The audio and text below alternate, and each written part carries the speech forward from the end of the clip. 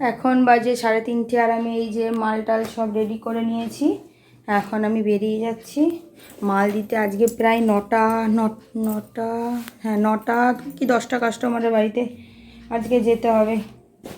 তো এই জন্য একটু তাড়াতাড়ি বেরোচ্ছি, তা নাহলে তো অনেক সন্ধে হয়ে যায় না। সন্ধে হলে গাড়ি চালাতে এখন খুব অসুবিধা হচ্ছে, রাস্তায় গর্ত টর্ত দেখা যাচ্ছে না। তো চলুন আমি মালগুলো দিয়ে আসি। তো এই যে আমি বেরিয়ে গেছি কাস্টমারের বাড়িতে যাব বলে। এবার রাস্তা অবধি এসে এবার আমার গাড়িতে কি মানে হাওয়াটা কম কম লাগছে, তো আমি বলি পেট্রোল পাম্পে এসে হাওয়া দিতে। তো এখানে হাওয়া দিতে এলাম, ওরা বলছে আমার গাড়িতে 2টো লিক হয়ে গেছে। তো এবার বললাম যে লিকটা সারাতে কত লাগবে? 2টো লিক সারিয়ে দেবে, বলে 250 টাকা। আর আমার ওই যে টায়ারটা পাল্টাতে হতো, তো আমি বললাম কি 250 টাকা দিয়ে আর লিক সারাবো না, বললাম গাড়িতে বেশি করে হাওয়া দিয়ে দাও, আমি টায়ারটা পাল্টে নেবো। তো এই যে টায়ারের দোকানে এসছি, টায়ারের দোকানে এসে টায়ারের কথা জানতে চাইছি, বলছে ওদের কাছে নেই, ওরা একটা অন্য জায়গা থেকে এনে দেবে, তার জন্য 2300 টাকা লাগবে একটা টায়ারের দাম। আর টায়ারের দাম কিন্তু অত না। তা আমি ওখান থেকে চলে এলাম, এসে আমি নিউ টাউনে প্রায় 7টা 8টা জায়গাতে টায়ার খুঁজলাম। আমার বাবা বলছে দাম বেশি, বলছে তুই নিয়ে নে। আমি বলছি না না বাবারে, অত টাকা দামের টায়ার নেব, আবার লাগানোর দাম নেবে, আমার কোনো দরকার নেই। দিয়ে আমি অনেক খুঁজে খুঁজে তারপরে একটা দোকানে পেলাম, সেইখানে আমার গাড়ির আসল টায়ারটা পেলাম। মানে আমার গাড়ির টায়ারটা অ্যাকচুয়ালি মোটা, আর ওখানে যেগুলো পাচ্ছিলাম সেগুলো সরু টায়ার, কিন্তু দাম বেশিও নিচ্ছে।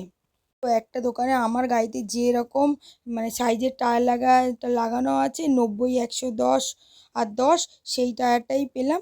তো এই টায়ারটা 6 বছরের ওয়ারেন্টি ছিল। তো ওরা আমার কাছে 2000 টাকা নিল টায়ারটা। আরও কয়েকটা গাড়ির জিনিস কিনলাম, তো সেইগুলো নিয়ে লাগানো টাগানো নিয়ে প্রায় 2500 টাকা চলে গেল, খরচা হয়ে গেল। মানে 2500 টাকা, মানে আমার মনে হচ্ছিলো 25টা হাড় ভেঙে গেছে, আমার এরকম একটা অবস্থা, এতটা টাকা চলে গেল।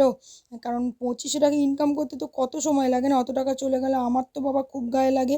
তো এই যে টায়ারটা লাগাতে লাগাতেই বাজে প্রায় 7টা 15 20 হয়ে গেছে। এমনিতেই তাড়াতাড়ি বেরিয়েছি তাড়াতাড়ি আসবো বলে, তার মধ্যে এইসব ঝামেলাতে আমার দেরি হয়ে গিয়েছে। তারপরে আবার কি করেছি, সেই গাড়ির দোকানে আমি হেলমেটটা ফেলে রেখে চলে এসেছি। প্রায় 1.5 কিলোমিটার মতন রাস্তা চলে এসেছিলাম, এসে আবার হেলমেটটা নিলাম, আবার পুরোনো টায়ারটা নিলাম, নিয়ে তারপরে তাড়াতাড়ি বাড়ি এলাম। তো এই যে বাড়ি চলে এসেছি, এই যে বাড়ি এসেছি, এখন প্রায় বাজে 8:30 8টা 35। তো বাড়ি এসেই আগে চা বসিয়েছি, কারণ খুব জোর খিদে পেয়ে গেছে। আর সেমনি বাথরুমও পেয়ে গেছিলো, কোনো জায়গায় বাথরুম করতে পারিনি, প্রায় 18 কিলোমিটার বাথরুম আমি চেপে চেপে বাড়িতে এসেছি। তো এই যে চাটা খেয়ে আমি তাড়াতাড়ি করে জলটা ভরে নিলাম, জলটা ভরে নিয়ে এই যে আমি ওয়াশিং মেশিনে জল ভরতে দিয়ে দিলাম। আজকে এসে আবার জামা কাপড়গুলোও কাচবো, শরীরটা ভালো লাগছে না, তাবু না করলে হবে না, আমার করতেই হবে।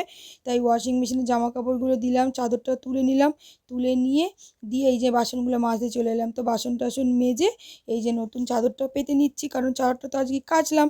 তো এই যে তাড়াতাড়ি করে চাদরটা পেতে আমি এখানে জামা কাপড়গুলো কাচা হয়ে গেছে, তাড়াতাড়ি করে সব মেলে দিলাম। আজকে ঘরেই মেলবো, কারণ বাইরে বৌদিদের ঘরে কাজ হচ্ছে, তো কোনো ধুলোবালি বলে, তাই আর বাইরে মেলবো না। তো এই যে জামা কাপড় মেলে দিই, এখন বাজে 10টা 15। আজকে আর হাঁটতে যাইনি, এমনি শরীরটা ভালো লাগছিল না, তারপরে সময় ছিল না, এত কাজ করেছি। তো তাড়াতাড়ি করে আমি এখানে ভাতটা গরম করে খেয়ে দিয়ে নিয়ে আর এই যে মাল করতে চলে এসেছি। তো আজকে এই মালটা আমি শুধু এই মালটাই করতে পেরেছি, আর কোনো কিছু করতে পারিনি, একটাই মাল করেছি। তাও এই মালটা করতে করতে প্রায় আমার বেজে গেছে 12:30 1টা। তো তারপরে ভিডিওগুলো এডিট করলাম, করার পরে তারপরে গিয়ে আমি ঘুমিয়েছি।